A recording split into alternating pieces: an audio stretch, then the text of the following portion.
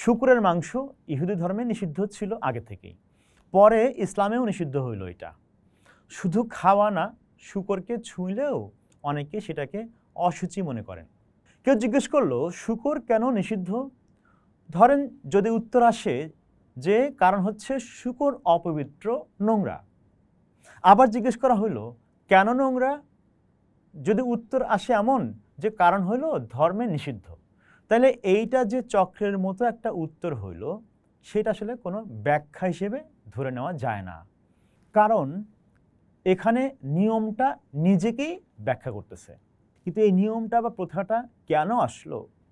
American নৃবিজ্ঞানী Marvin হ্যারিসের গবেষণার প্রধান দিক হল সংস্কৃতির চাবিকাঠি কিভাবে বস্তু জগতের সঙ্গে সম্পর্কিত, ম্যাটেরিয়াল ওয়ার্ল্ডের সঙ্গে সম্পর্কিত, মানুষের ব্যবহারিক জীবনের ইতিহাসের মধ্যে কীভাবে সেটা প্রথিত আছে সেটা দেখা, অনুসন্ধান করা। তারই দেখার ধরনটার একটা নাম আছে, সেটা হচ্ছে সাংস্কৃতিক বস্তুবাদ বা কালচারাল ম্যাটেরিয়ালিজম। 1968 সালে the rise of anthropological theory বইতে তিনি এই ধারণাটা প্রস্তাব করেন। তার মূল কথাটা সহজ: সমাজের আকার আকৃতি নির্ধারণ করে তার বস্তুগত বাস্তবতা, মানে ম্যাটেরিয়াল রিয়েলিটি। অর্থনীতি, পরিবেশ, প্রযুক্তি, এই সব কিছু। ধর্ম বা সংস্কৃতির নিয়মকানুন সেই বাস্তবতারই এক একটা প্রতিফলন হিসেবে তিনি ব্যাখ্যা করতে চেষ্টা করেন। তো এই লেন্স দিয়ে তিনি তাকাইলেন এই শূকর নিষিদ্ধ হওয়ার ব্যাপারটার দিকে, আর যা দেখলেন সেটা বেশ ইন্টারেস্টিং। কেমন সেটা সে আলাপই করব আজকের পর্বে। বন্ধুরা, সামান্য বিশেষের আজকের পর্বে স্বাগতম। আমি অরূপ রাহি আছি আপনাদের সাথে।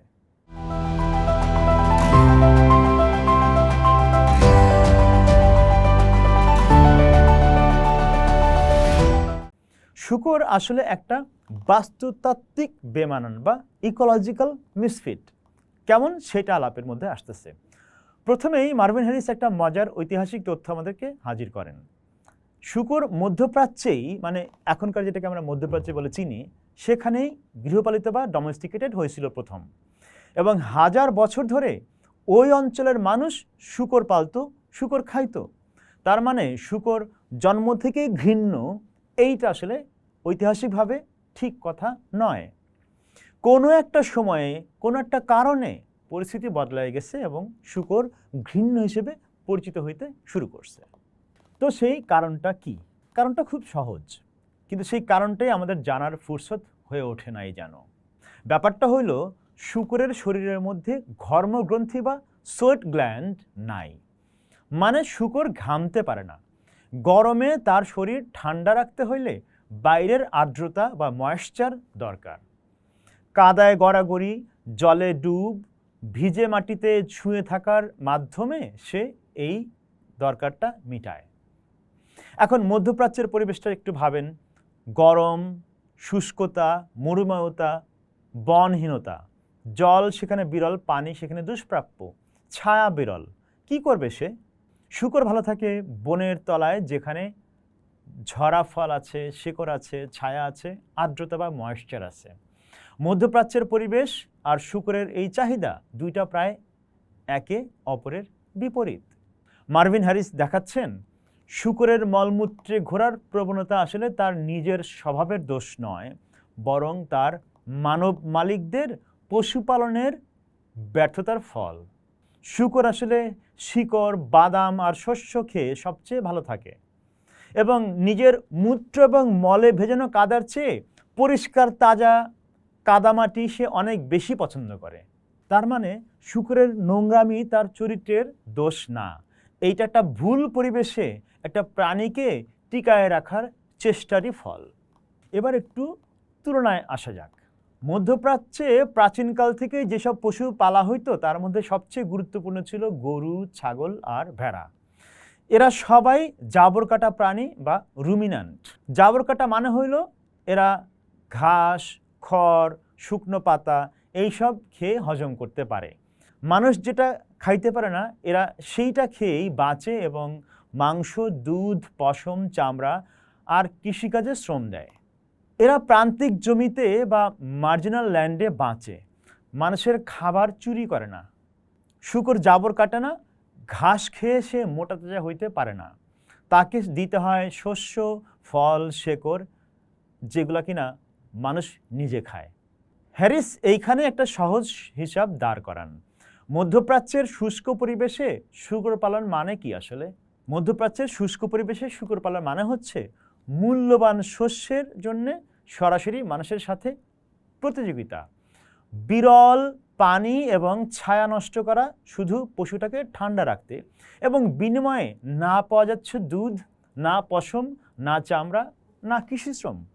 রুমিনান্টরা মানে জাবরকাটা প্রাণীরা অখাদ্য গাছপালাকে উপকারী পণ্যে রূপান্তর করে। শূকর করে উল্টোটা, সে মানুষের খাবারটা নিয়ে শুধু মাংস দেয়।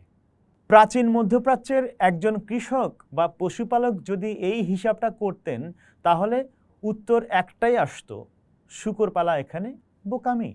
মার্ভিন হ্যারিস বলতেছেন, বেশ কয়েকটা ভিন্ন মধ্যপ্রাচ্যীয় সভ্যতায় শূকর বিদ্বেষের বারবার ফিরে আসা এই দৃষ্টিভঙ্গিকে জোরালো সমর্থন দেয় যে ইসরায়েলীয়দের নিষেধাজ্ঞা কোনো একটা ধর্মের নিজস্ব অদ্ভুত ধারণার ফল নয়, বরং বারবার ফিরে আসা বাস্তব পরিস্থিতির স্বাভাবিক প্রতিক্রিয়া।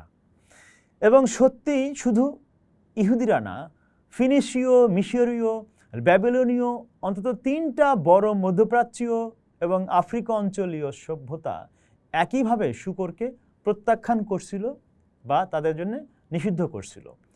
এইটা তাহলে শুধু ইহুদি বা মুসলমানের ধর্মীয় বৈশিষ্ট্য না, এইটা একটা আঞ্চলিক বাস্তুতাত্ত্বিক বা ইকোলজিক্যাল প্রতিক্রিয়া। যদি শূকর নিজেই সমস্যা হইতো তাহলে সব জায়গায় সমস্যা হইতো, কিন্তু খ্রিস্টান ইউরোপে শূকর কোনো সমস্যা না, বরং সেখানে শূকর একটা গুরুত্বপূর্ণ খাদ্য উৎস। কিন্তু কেন? কারণ পরিবেশ আলাদা। ইউরোপে আছে ঘন বন, আর্দ্র জলবায়ু, নদীনালা। শূকরকে বনে ছেড়ে দিলে সে নিজেই ওক ফল, শেকড়, ছত্রাক খেয়ে মোটা তাজা হয়। মানুষের শস্য চুরি করতে হয় না। ঠান্ডা এবং আর্দ্র আবহাওয়ায় তাকে কাদার ব্যবস্থা করতে হয় না। মার্ভিন হ্যারিস এখানে আলবেনিয়ার একটা দারুণ উদাহরণ দেন।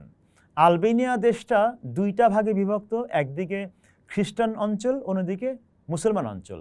এবং আশ্চর্যের বিষয় হইল, মুসলমান থেকে খ্রিস্টান এলাকায় ঢুকলেই চোখে পড়ে বনের পরিমাণ হঠাৎ করে বেড়ে গেছে। শূকর পালক এলাকায় বন বেশি, শূকর বিদ্বেষী এলাকায় বা শূকর যেখানে হারাম বা শূকর যেখানে খাওয়া হয় না সেখানে বন কম। এটিকে আসলে কাকতালীয়? মার্ভিন হ্যারিস বলতেছেন যে না, পরিবেশ আর সাংস্কৃতিক নিয়ম এই দুটো আসলে একসঙ্গে চলতেছে। মার্ভিন হ্যারিস একটা ঐতিহাসিক প্রশ্নও তোলেন, ইসলামের আগে কি শূকর বিদ্বেষ ছিল? উত্তর হচ্ছে হ্যাঁ। শূকর পরিহার করা মধ্যপ্রাচ্যে ইসলামের আবির্ভাবের বহু আগে থেকেই চলে আসছিল, যেটা আমরা শুরুতেই বলছি। এখানে আরেকটা প্রশ্ন, ইহুদিরা যখন ইউরোপে ছড়ায় পড়ল সেখানে শূকর পালা যুক্তিসঙ্গত, তখনও কেন তারা শূকর পালা বা খাওয়া থেকে বিরত রইল? উত্তর হচ্ছে হ্যারিসের, ইউরোপে ইহুদিরা জমির মালিক হইতে পারত না। তাদের জীবিকা ছিল কারুশিল্প এবং বাণিজ্যে, কৃষিতে নয়। তাই শূকরের বাস্তুতাত্ত্বিক সুবিধা বা ইকোলজিক্যাল সুবিধাটা তাদের কাছে আর প্রাসঙ্গিক ছিল না। কিন্তু তখন শূকর বিদ্বেষ একটা নতুন কাজ পেয়ে গেল, সেটা হয়ে উঠল জাতিগত পরিচয় চিহ্ন বা এথনিক মার্কার। চারপাশের শূকর খাওয়া খ্রিস্টানদের থেকে আলাদা থাকার একটা উপায়।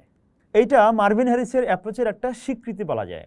একটা নিয়ম যখন তার মূল বস্তুগত ভিত্তি হারায় ফেলে তখনও সে টিকে থাকতে পারে পরিচয়, সংহতি আর সম্প্রদায়বোধের নতুন ভিত্তি হিসেবে। মার্ভিন হ্যারিসের এইসব যুক্তি পড়ে বা এইসব যুক্তি শুনে অনেকের মনে হইতে পারে, তাহলে ধর্ম আসলে কি?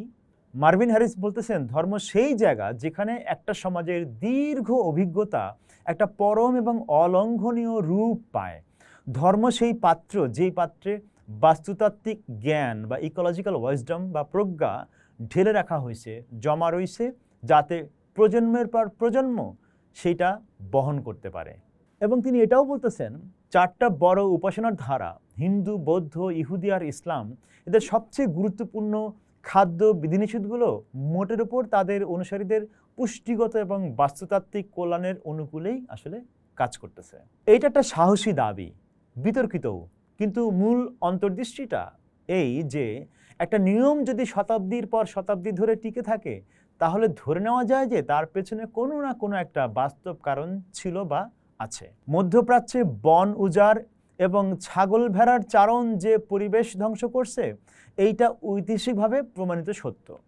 জাতিসংঘের ফুড এবং এগ্রিকালচার সংস্থার বন ইতিহাস গবেষণা দেখাচ্ছে লেবাননের বিখ্যাত দেবদারু বন, যেটা একসময় 5 লক্ষ হেক্টর জুড়ে ছিল, সেটা আজ প্রায় নিশ্চিহ্ন এবং ছাগল ভেড়ার অবাধ চারণ এই ধ্বংসের একটা বড় কারণ হিসেবে ইতিহাসে কাজ করছে। সিরিয়ার পাহাড়ি এলাকায় ওক বনে এখনও ছাগলের চারণ বন পুনরুদ্ধার হইতে দিচ্ছে না। তবে জরুরি কথা হলো, দক্ষিণ জর্ডানের একটা পলিস্তম্ভ বিশ্লেষণে দেখা গেছে মরুকরণের প্রক্রিয়া শুরু হয়েছিল প্রায় 5,500 বছর আগে, ইসলামের আগমনের 1000 বছরেরও আগে, এবং সেই কারণ ছিল বাণিজ্য অর্থনীতির বিকাশ এবং পশু সংখ্যা বৃদ্ধি, অর্থাৎ বন উজাড় অনেক পুরনো একটা প্রক্রিয়া। মার্ভিন হ্যারিসের অ্যাপ্রোচের অনেক দিক বেশিরভাগ নৃবিজ্ঞানী গ্রহণ করেন, কিছু দিক নিয়ে বিতর্ক বা সমালোচনা আছে। যেমন প্রত্নতাত্ত্বিক গবেষণায় দেখা যাচ্ছে ইসলামী বিশ্বে শূকরের অনুপস্থিতি ছিল ধর্মীয় নিয়মের সাথে সামঞ্জস্যপূর্ণ, কিন্তু স্থানীয় সামাজিক সাংস্কৃতিক কারণেও এর তারতম্য ছিল। মানে শুধু বাস্তুতত্ত্ব দিয়ে পুরো ছবি আঁকা যায় না। কিন্তু সব মিলায়ে মার্ভিন হ্যারিসের এই অ্যাপ্রোচ আমাদের ভাবনার দিগন্ত উন্মোচিত করতে সাহায্য করে। তো আপনারা ভাবতে পারেন আপনার নিজের সংস্কৃতিতে এমন কোনো খাদ্য তালিকার নিষেধ বা রীতি আছে কিনা, যেটার পেছনে হয়তো একই রকম কোনো একটা বাস্তুতাত্ত্বিক বা ইকোলজিক্যাল কিংবা অর্থনৈতিক যুক্তি লুকায়ে থাকতে পারে বা আছে, যা সাংস্কৃতিক এবং ধর্মীয় রূপ নিচ্ছে।